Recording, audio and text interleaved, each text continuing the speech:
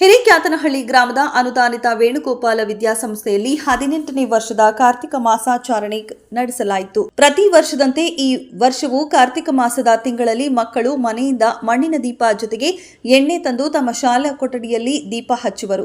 ಇದೇ ಸಂದರ್ಭದಲ್ಲಿ ಪೋಷಕರು, ಆಡಳಿತ ಮಂಡಳಿ ಹಾಗೂ ಶಿಕ್ಷಕರ ವೃಂದ ಇಡೀ ಶಾಲಾ ಕೊಠಡಿ ಆವರಣದಲ್ಲಿ ಎಣ್ಣೆ ದೀಪಗಳನ್ನು ಇಟ್ಟು ದೀಪ ಹಚ್ಚಿ ಶಾಲಾ ಮುಂಭಾಗದಲ್ಲಿರುವ ಶ್ರೀ ಮಲ್ಲಿಕಾರ್ಜುನ ಸ್ವಾಮಿ ದೇವಸ್ಥಾನದಲ್ಲಿ ಪೂಜೆ ಸಲ್ಲಿಸಿದರು.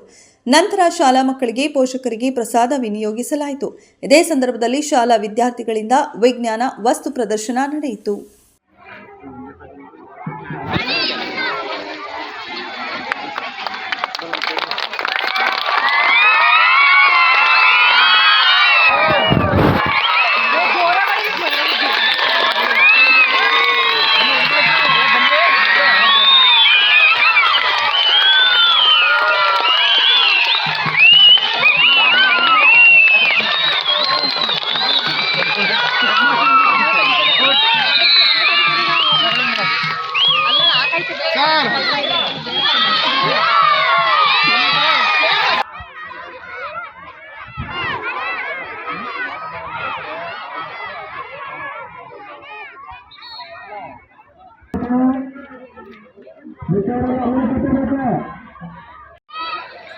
ಶ್ರೀ ವೇಣುಗೋಪಾಲ ವಿದ್ಯಾಸಂಸ್ಥೆ ಹಿರೇಕ್ಯಾತನಹಳ್ಳಿ.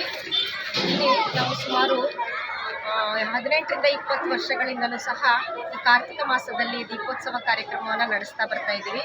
ಈ ಕಾರ್ಯಕ್ರಮ ನಡೆಸೋ ಉದ್ದೇಶ ಏನಪ್ಪ ಅಂತ ಹೇಳಿದ್ರೆ, ಕತ್ತಲೆಯಿಂದ ಬೆಳಕಿನೆಡೆಗೆ, ಅಂದರೆ ಅಂಧಕಾರದಿಂದ ಜ್ಞಾನವೆಂಬ ಬೆಳಕಿನ ಕಡೆಗೆ ಹೋಗ್ತಕ್ಕಂತಹ ಒಂದು ಅರಿವನ್ನು ಮೂಡಿಸುವಂತಹ ಉದ್ದೇಶದಿಂದ ಈ ಒಂದು ಕಾರ್ಯಕ್ರಮವನ್ನು ಪ್ರತಿ ವರ್ಷ ನಡೆಸ್ಕೊಂಡು ಬರ್ತಾ ಇದ್ದೀವಿ. ಈ ಕಾರ್ಯಕ್ರಮಕ್ಕೆ ಪ್ರತಿಯೊಂದು ಮಗುವು ಸಹ ನಮ್ಮ ಶಾಲೆಯಲ್ಲಿ ವ್ಯಾಸಂಗ ಮಾಡ್ತಾ ಇರ್ತಕ್ಕಂತಹ LKG ತರಗತಿಯಿಂದ 7ನೇ ತರಗತಿವರೆಗೂ ಇರ್ತಕ್ಕಂಥ ಎಲ್ಲ ಮಕ್ಕಳು ಸಹ ಸ್ವತಃ ದೀಪ ಮತ್ತು ಎಣ್ಣೆಯನ್ನು ತಂದು ಬೆಳಗಿಸುವುದರ ಮೂಲಕ ಈ ಒಂದು ಕಾರ್ಯಕ್ರಮವನ್ನು ಅತ್ಯಂತ ಯಶಸ್ವಿಯಾಗಿ ಪ್ರತಿ ವರ್ಷ ನಡೆಸ್ಕೊಂಡು ಬರ್ತಾ ಇದ್ದೀವಿ. ಇದರ ಜೊತೆಗೆ ಪ್ರತಿ ವರ್ಷವೂ ಒಂದೊಂದು ವಿಶೇಷತೆಯನ್ನು ಸಹ ನಮ್ಮ ಶಾಲೆಯಲ್ಲಿ ಹಮ್ಮಿಕೊಳ್ತೇವೆ.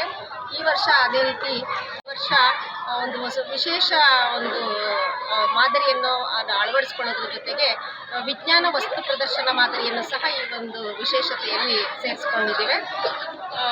ಪ್ರತಿ ವರ್ಷ ಈ ರೀತಿ ಒಂದು ಹೊಸ ಮಾದರಿಗಳನ್ನು ಜನರಿಗೆ ಪರಿಚಯ ಮಾಡಿಸೋದ್ರ ಮೂಲಕ ಈ ಒಂದು ಕಾರ್ಯಕ್ರಮವನ್ನು ನಡೆಸ್ತಾ ಬರ್ತಾ ಇದ್ದೀವಿ.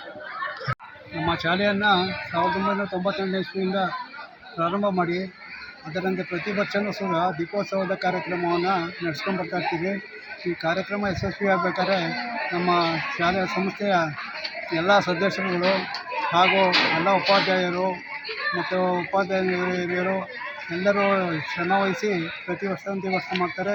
ಜೊತೆಗೆ ಗ್ರಾಮಸ್ಥರು ಸಹಕಾರವನ್ನು ಕೊಟ್ಟು ಈ ಕಾರ್ಯಕ್ರಮವನ್ನು ಯಶಸ್ವಿ ಮಾಡ್ತಾಯಿದ್ದಾರೆ.